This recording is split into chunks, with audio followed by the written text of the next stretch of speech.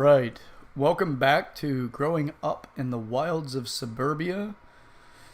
I'm your host, Chad Everett Brochures. Today's topic is on being stuck on happy.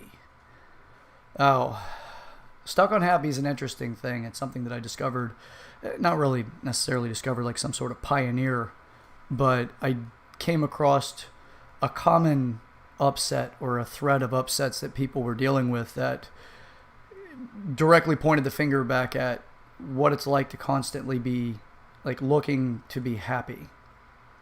Always trying to say that the only value in life is to be happy. I mean, at this point, I'm sure that a lot of people have seen the video or the memes that say that the only qualification or the only validation in life is to be happy. Or if you're not happy, it's not right. If you think optimistically, because these two are very well tied together, the optimistic movement and being happy all the time. Yeah. Hey, Brett. Good to see you. Oh, this stuck on happy element. It's not a bad thing to want to be happy, but to always require that you stay in a state of happiness is kind of like a drug that eventually will lose its value, and you're going to need something else that makes you happier. And being happy is so incredibly relative to you. To say, that you're going to make somebody else happy or somebody else is going to be happy is really challenging to try to construct. First off, define it. Do you have a definition of happiness?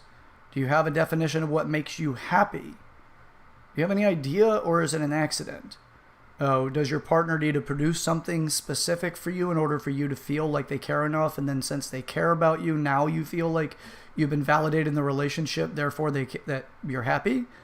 What is it that your happiness is? Because we seem to be pursuing this blobbish type of idea, this non-defined, non-border oriented thing. So the question really is something that it's like love. If you want to find it, you need to define it.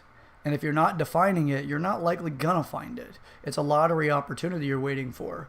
And I don't know about the rest of you, but if you've played the lottery often and you've ever won the big jackpot, then good for you. But I don't really know a whole lot of people that won the big jackpot. I'd rather the constructed method for life anyway. Now, being stuck on happy is an interesting thing. Everybody knows someone in their life that constantly is out to try to be in that happy state. They pursue it. If something's going on that makes them feel like they're not happy or that would move them away from the sensation of happiness, they move away from it, or they produce some other idea. It's going to get better. It's going to be better. The really interesting thing about life is that it is going to get better, and then it'll get worse. And then it'll get where you don't have a definition between better or worse. It's just kind of like in the middle. Like this non-definable position. What is your definition of happiness? Define it if you want to find it. Are you stuck on happy? You might be that person that I said in your life. If you can't think of a person that's that way, it's probably you. Or somebody else just hasn't one-upped you in the happiness pursuit yet, or the happiness declarations. Happy is one area of life. It's one element. It's one experience. It's one emotion in life. It's not the totality of it. There's also something else that I want to put out there. Like, I'm addicted to development. Thanks, Craig. I absolutely love development. I love development so much, I say strange things. I do. I say some of the strangest things. Like, I will tell people when I'm going through highly stressful times that I am enjoying the process, or I'm enjoying it. But I'm not saying it with a big damn smile on my face. I may be saying I'm authentic with my feelings. I may be like, oh, well, I'm enjoying this in the sense that my definition of joy is not happiness. Joy in itself really isn't happiness. They're usually together, bedfellows, if you will. But my working definition for joy is the feeling that you get when you've accomplished a goal or something you set out to experience has been experienced. Happiness, on the other hand, is happiness.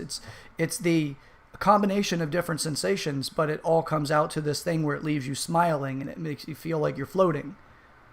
That's where you might be like with your definition of happiness, and that's my definition, if you will, but it's a bit more it begs to be defined.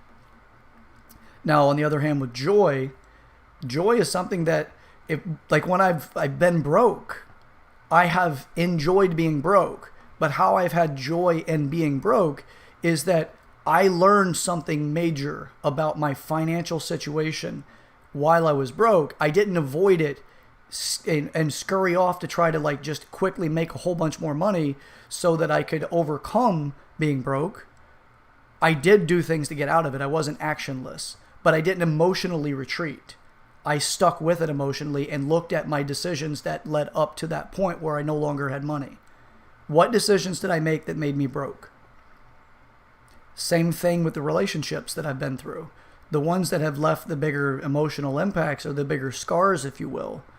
I've been able to do a lot of revisiting and understanding who I was and who the person in the relationship was with me, and growing from that point versus I don't ever want to be in that relationship again.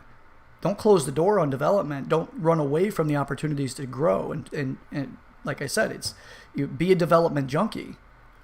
So when I say that I say strange things, that's what I mean by saying strange things. I don't say strange things that cause you to, clutch at your purse or reach for the next person that'd be closest to you to defend you. Not like that at all. It's the perspective shifting.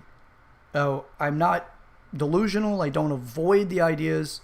I really don't spend a lot of time avoiding a lot of the emotions that we go through, and only trying to stay on the good ones or the desirable ones, and only sharing with people in my life the desirable ones. I share all of my experiences in life when they're appropriate to share. I'm not saying I go around spreading doom and gloom. If you've watched my videos, you'll start to get a really good idea about my patterns and how I behave. Some of the people that are on the Facebook Live right now know me and know well enough that I'm not one that goes around as the wet blanket in the party. I really care. I'm genuinely interested in hanging out and talking and learning who people are and them learning who I am. I really love that stuff. So I'm not going around spreading negativity, but I share the genuineness, the genuine values. I'm very sincere about what I'm going through. So with that, I'm not stuck on happy. Although at one point in time, I was overly optimistic. I'd say that I was a blind optimist. I lived in the world of thinking that, no matter what's bad, something good's going to come out of it. It's something very honest about that, but it's like trying to time travel through just to the good times. And then when you're in a bad time, don't address it. Don't acknowledge it. Don't share that you're going through it and make it a gap that other people don't know about. Hide it. Make it a secret. Make it a dirty secret. Make it a shameful thing. You don't have to. When people say, I don't have anything to say because I can't complain, because if I did, who would want to hear it anyway? I'll tell you who wants to hear the complaint. Two different types of people. One type of person wants to hear that your life is worse than theirs, so at least they know that they don't have it that bad. The other person would be somebody that might actually have the ability to get you out of what you're dealing with. It's a relationship woe. You found yourself in a corner of thinking and you don't know how to get out of that corridor of thinking. That other person may give you an insight that you are completely oblivious to. Could be a blind spot, or it could be completely new information in a completely new category for you. And you would never known it. But because you shared it. Now you just want to be responsible with sharing frustrations and upsets. Be aware of who's listening. If they seem overly invested in trying to really draw up a lot of the emotions to it, they're probably just trying to make sure that your life is worse than theirs. Or that you might be able to bond with the negativity. But the other person may ask questions that actually help you get to where you are. So they understand the situation and potentially give you better or some type of insight that may get you out of it, permanently get you out of it. They give you the thing that breaks the cycle that keeps getting you back to that same place if it's a repeated cycle. So being stuck on happy can be delirium. You could be delirious in that space. If you want to run around always thinking that the only value in life is to be happy, you're missing out on a lot. But if you choose to look for the joy in life, and the joy again is the experience you get when accomplishing a goal or meeting some sort of set point that you have. Goal orientation is probably the easiest way to state it. If you switch it to that, you can say, I have goals to experience life that I don't always have clarity on what I'm wanting to experience. And then from there you can say, you know what, if you find yourself broke, you don't have to act out in a way that the sky's falling, Chicken Little, and everything's going to end. Obviously do things to get out of it, but don't turn and run emotionally. Because if you put it into the background and you say, I'm never going to visit that again, you're also offsetting the lesson that was being presented. If you want to never experience it again, learn from the lesson and grow through it. Oh, all right. I don't have a whole lot more to say about Hooked on Happy at the moment, but if there's any questions anybody has, whether it's on Facebook Live or if it's on YouTube, I'll be happy to answer any questions there. Further elaborate on anything. I'm just, with this, a lot of frustration that people deal with is the fact that their expectations aren't being met. And for every single expectation that is unmet comes with its own degree of stress. Even if that stress is 1% stress, it's so minuscule you don't notice it, but have 30 other things that don't go the way that you want them to go, that you get this accumulated value to your stress. Before you know it, it's not 1% anymore. Everything brings its own value in. Before you know it, you may be dealing with 75% of your total stress capacity. And now you're like, life is horrible. I'm not enjoying myself. This sucks. Because you've been offsetting these emotions. You've been offsetting the lessons. I find that emotions always seem to have some degree of a lesson attached to it. Whether that lesson is you've overcome some challenges and now you're sitting in a place where life seems easier, better, or more desirable than the last time you dealt with that thing, that situation. Or it could be that the emotion is more of the undesirable, and that's the one that says you got someplace to get to work. If you decide to run away from getting to work, you get what you get. It's on you. But to enroll other people in how bad it is, you're likely going to enroll other people into trying to keep you sank into the upset. Or sunk, sorry. I'm going to take some English classes after this today. All right. That's it for today. I don't really have a whole lot. Like I said, if there's more conversation pieces, like people have questions, things like that, feel free. Please do ask.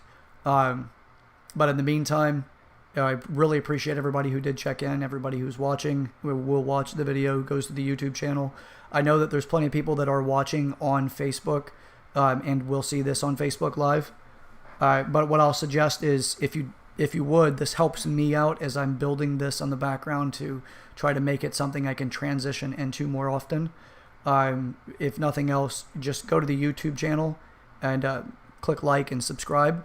That helps me out on the back end of the business portion here. So I appreciate everybody's time. Thank you so much for checking in. Comment your comments on this, please. I do appreciate hearing what you're hearing and what your ideas are, what's coming to mind, and building off of that. I'm definitely adding more surveys into not just videos, but also adding more surveys into just interactions on a regular basis to see what people's interest in what I talk about are. So far, it seems like relationships seem to be the number one hitter, but I'm not just insightful in relationships. Although when I say I'm insightful, I want to make sure that you guys know I'm not full of myself at all. I've just been asked my entire life my opinion on situations in a way and getting the feedback that people really appreciate what they've seen and what they've heard and the way that I've given some insights.